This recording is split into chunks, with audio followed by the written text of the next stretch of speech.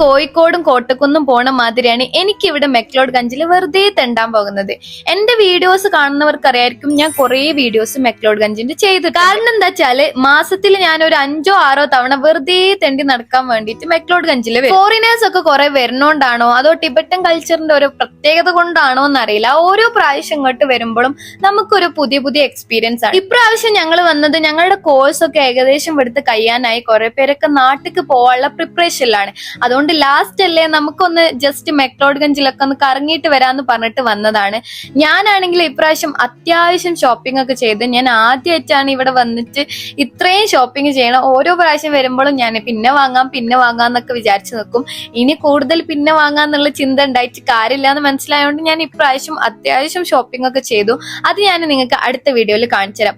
ഇപ്രാവശ്യം വന്നപ്പോൾ നമ്മൾ മെയിൻ ആയിട്ട് ഒരു കാര്യം കൂടി എക്സ്പീരിയൻസ് ചെയ്തു. ഇത് അത്ര തമാശല്ല, എന്നാൽ നമ്മൾ പോരുന്ന സമയത്താണ് ഇവിടെ ചെറുതായിട്ട് ഒരു എർത്ത് ക്വേക്ക് ഉണ്ടായി.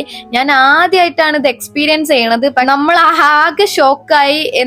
ഇവിടുത്തെ ആൾക്കാർക്ക് ഇത് വലിയ അത്ഭുതമായിട്ട് തോന്നണില്ല, പക്ഷെ അവരും പറഞ്ഞു ഇത് കുറെ കാലത്തിന് ശേഷം ആദ്യമായിട്ടാണ് ഇത്രയും ടൈമില് എർത്ത് ക്വേക്ക് ഉണ്ടാവണെന്നുള്ളത്. പക്ഷെ നമുക്ക് ആദ്യത്തെ എക്സ്പീരിയൻസ് ആയതുകൊണ്ട് തന്നെ നമ്മൾ കുറെ അന്തം വിട്ട് നിന്നായിരുന്നു.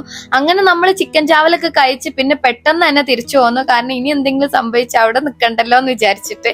അപ്പൊ അത്രക്കുള്ളൂ. നിങ്ങൾക്ക് ഈ വീഡിയോ ഇഷ്ടപ്പെട്ട് കഴിഞ്ഞാൽ ലൈക്ക് ചെയ്യുക, ഷെയർ ചെയ്യുക, സബ്സ്ക്രൈബ് ചെയ്യുക. ബൈ.